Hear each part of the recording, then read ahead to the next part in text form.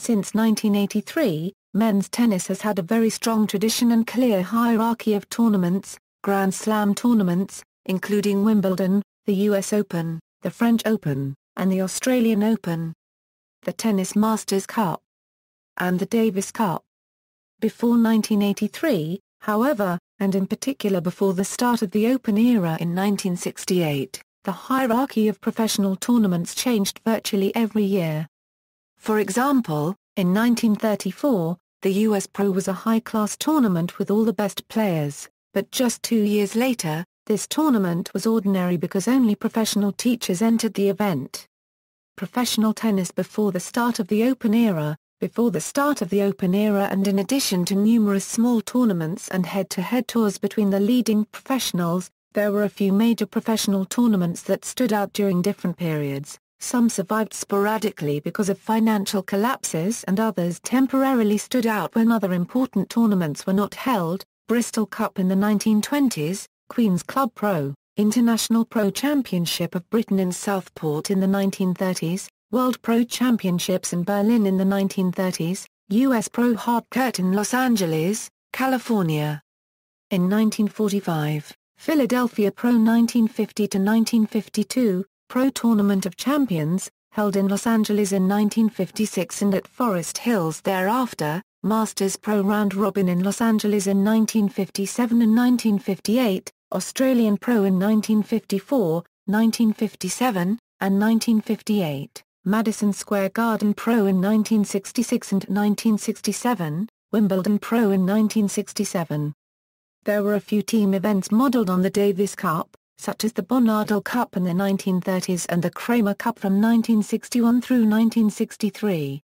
3 traditional championship tournaments survived into the Open era, often having all the leading players but sometimes having very depleted fields.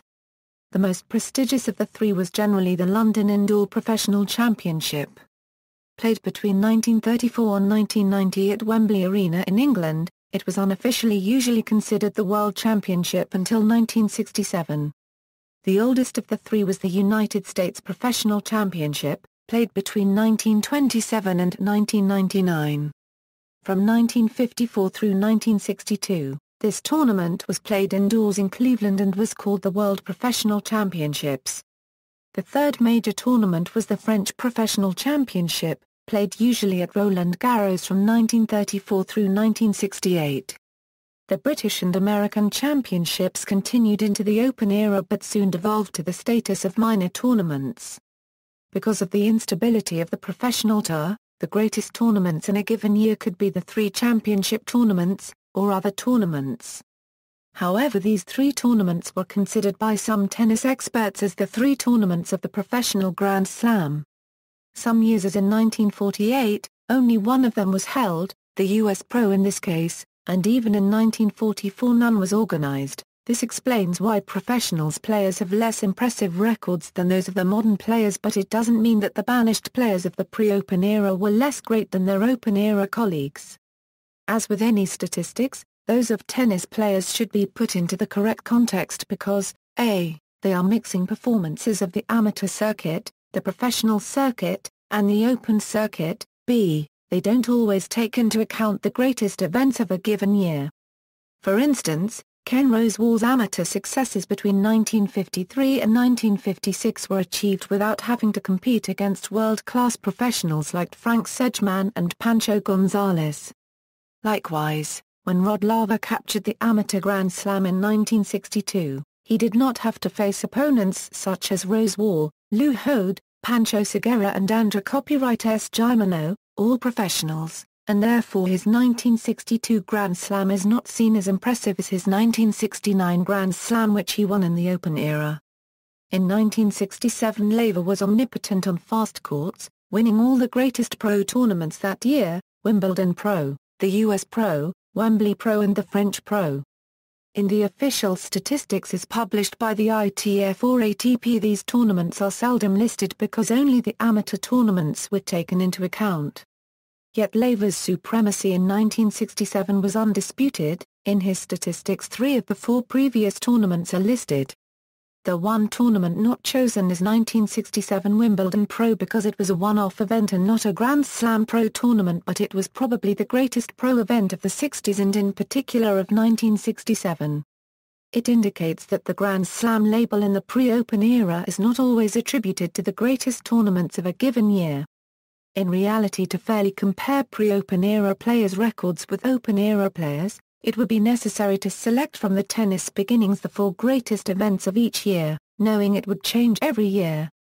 Thus, for instance, Ken Rosewall's record of 23 victories, indicated above, would be reduced to about 21 tournaments equivalent to the modern Grand Slam tournaments Wembley Pro 1957, 1960, 1961, 1962, 1963, New York City Madison Square Garden Pro 1966, French Pro 1958, 1960, 1961, 1962, 1963, 1964, 1965, 1966, French Open 1968, US Pro 1963, 1965, US Open 1970, Australian Open 1971. WCT Finals 1971, 1972. In that list, on one hand have disappeared all Rosewall's great amateur successes and also the 1972 Australian Open without 18 of the 20 best players, but on the other hand have appeared some pro tournaments which weren't one of the 3 classic ones. Most major singles titles, the 3 professional tournaments until 1967, are sometimes referred as the professional Grand Slam tournaments by tennis historians, such as Robert Geist or Raymond Lee. This table includes those major professional titles before the Open era. The top 13 are, notes, the Grand Slam tournaments of the Open era are marked in bold font. B. Rosewall's wins at the Wembley Pro in 1968 and the US Pro in 1971 are not included in the list of his major titles because those tournaments were not major events after the start of the Open era in April 1968. C. Laver's wins at the Wembley Pro in 1969 and 1970, the US Pro in 1968 and 1969, and the French Pro in 1968 are not included in the list of his major titles because those tournaments were not major events after the start of the Open era. D. Including World Hardcourt Championships in 1921. E. Including World Hardcourt Championships in 1922. Statistics equals, the draws of pro majors were significantly smaller than the traditional Grand Slam tournaments. Usually they only had 16 or even less professional players. Though they were the top players in the world, this meant only 4 rounds of play instead of the modern 6 or 7 rounds of play. As of June 23, 2014, active players in boldface. Most singles titles, as of June 23, 2014, active players in boldface, sources, ATP. Michelle Sutter, Vancouver's winners 1946-2003, Paris 2003. Joe Macaulay, The History of Professional Tennis, London 2001. Robert Geist, Der Grau Paragraph SSTE Meister Didenqual 1/4 RDIGE Carrière des Australischen Tennisspielers Kenneth Robert Rosewall, Vienna 1999. Tony Trabert in Tennis de France magazine. ATP. John Barrett editor, World of Tennis Yearbooks, London 1969-1983. Before 1972 tennis results were not automatically registered as they are now with the ITF and the ATP. Many have been lost or never even recorded. In particular, many professional results before 1968 have disappeared or are contradictory while Macaulay lists a final result. However, the most important ones have been preserved. ATP data is far from being exhaustive. They only begin in 1968 and they omit many results until 1971 to 1972 and even after.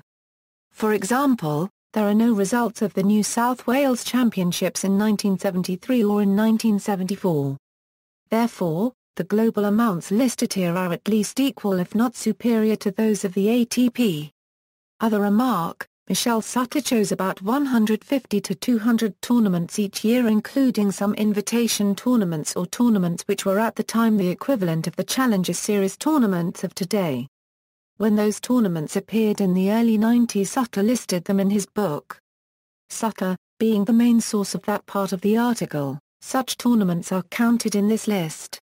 Male tennis players with most major pro tours won before the Open era. In the years before the Open era, male professionals often played more frequently in tours than in tournaments because a head-to-head tour between two tennis stars was much more remunerative than a circuit of pro tournaments, and the number of professional tournaments was small. For example, Fred Perry earned US $91,000 in a 1937 North American tour against Ellsworth Vines but won only US $450 for his 1938 victory at the US Pro Tennis Championships. Vines probably never entered a tournament between the London Indoor Professional Championship in October 1935, which he won, and the May 1939 edition of that tournament, which he lost. In 1937, Vines played 70 matches on two tours and no matches in tournaments. Even in the 1950s, some professionals continued to play numerous tour matches. During his first 5 months as a professional, Ken Rosewall played 76 matches on a tour against Pancho Gonzalez but only 9 matches in tournaments. As an example of the small number of professional tournaments held before the Open era, Joe McCauley has determined that for 1952, only 7 professional tournaments were played by the top international players, and 2 other professional tournaments were reserved for domestic players. It was only during the 1960s that professional tournaments became more significant than tours. The prevalence of head-to-head tours and the small number of professional tournaments makes it necessary to consider the tours when comparing male players from before the Open era with male players during the Open era. The following lists the pre-Open era professionals who won the most tours based on the information currently available. Pancho Gonzalez, 7 major pro tours equals, January 3, 1954, May 30, 1954. This tour was in the United States and Canada and was a series of 4-man tournaments except in Charlottesville, VA, January 13, where a 3-man round-robin event without Donald Budge was held. From January 3 to March 25, the players involved were Pancho Gonzalez, Pancho Segura, Frank Sedgman, and Donald Budge. In April, Carl Earn replaced Budge. In May, Earn was in his turn replaced by Bobby Riggs. There were 70 tournaments played in that tour. Gonzalez won the tour ahead of Segura and Sedgman if we consider head-to-head win-loss records and prize money won. On June 2 a report stated that Gonzalez won 29 tournaments and had an 85-40 win-loss while Sedgman won 21 tournaments and Segura won 20 tournaments. In head-to-head meetings the results aren't 100% sure. Gonzalez's win-loss record against Segura was about 30-21 and was possibly exactly equal against Sedgman, 30-21-2. And Segura would have led Sedgman by the slightest margin, 23-22. Budge won only 1 match in that tour. Earn apparently won none. And Riggs won 1 against Gonzalez on May 20 in Victoria. December 9, 1955, June 3, 1956, this was a head-to-head tour in the United States against Tony Trabert. Gonzalez prevailed 74 January 27, 1957, May 1957, this was a world tour against Ken Rosewall.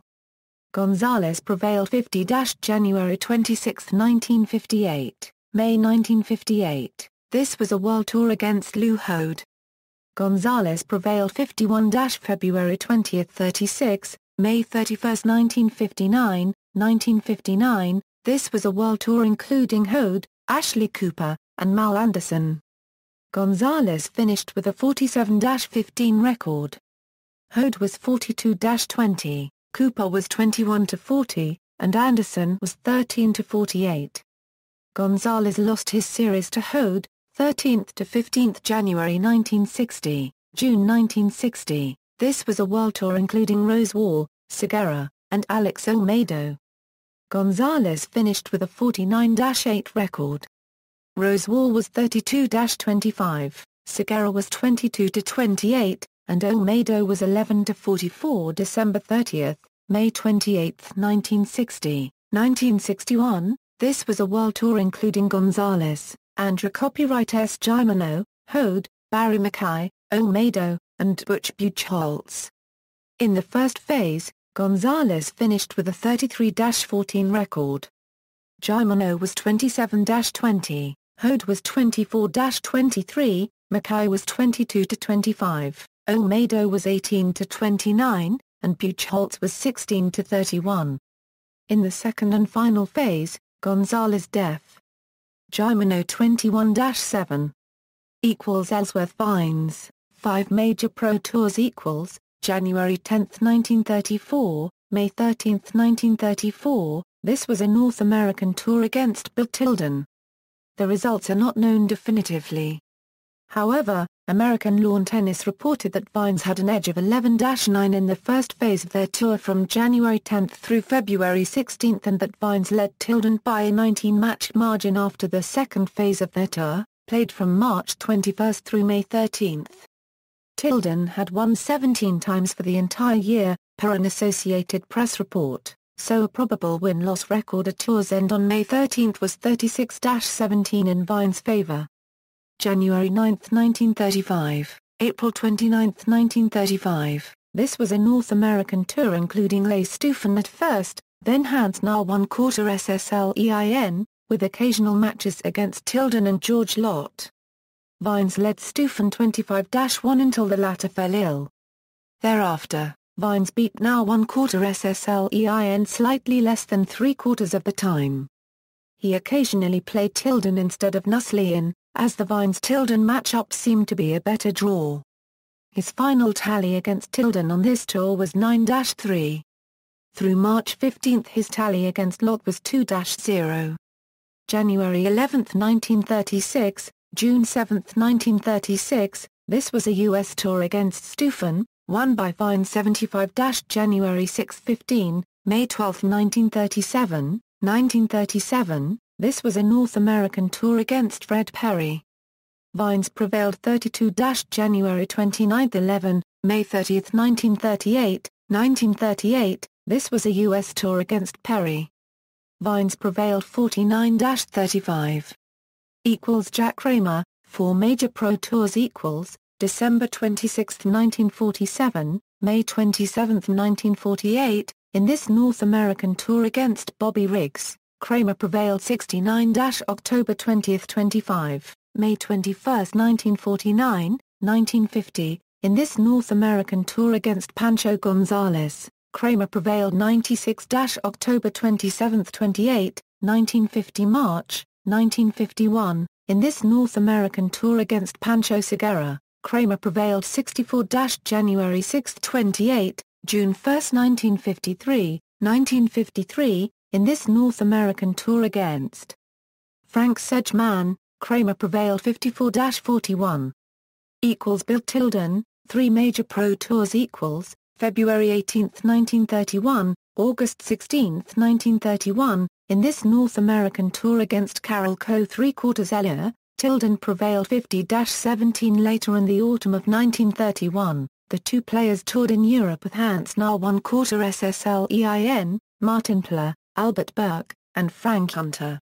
January 4, 1932, July 1932, this North American tour began with 10 pros. But by the end of January, each stop featured a Tilden Na 1/4 SSLEIN match, preceded by a singles match between 2 other pros and followed by doubles. Beginning with Coe 3/4 Elia's joining of the tour in May and extending through the remainder of the tour, Tilden in Na 1/4 SSLEIN competed with the other players. Complete tour results are far from being known, but Tilden is the certain winner. As of early April 1932, Tilden led Na 1/4 SSLEIN 32 matches to January 12, 24, 1933 May 1933. This was another North American tour between Tilden and Na 1/4 SSLEIN. Although the results are incomplete, Tilden was the winner. As of early May 1933, data from more than half their matches indicated that Tilden won 2/3 of the matches. Don Budge, 3 major Pro Tours January 3, 1939, March 6, 1939, in this North American tour against Ellsworth Vines, Budge prevailed 22-January 6, 17, May 10, 1941, This was a North American tour against Tilden. Although complete tour results are not known with certainty, 49 of the matches are fully documented. In those matches, Budge prevailed 43-5 with one tie. The final outcome of the tour was probably 46-7 plus one tie. December 26, 1941, before April 5, 1942, this was a North American tour against Bobby Riggs, Frank Kovacs, Frederick Perry, and Steufen. Budge finished with a 52-18 record. Riggs was 36-36, Kovacs was 25-26, Perry was 23-30, and Steufen, who played only when the others were injured or ill, was 2-28. See also: Overall tennis tournaments records and statistics, compilation of top-ranked male tennis players since 1877. References. External links.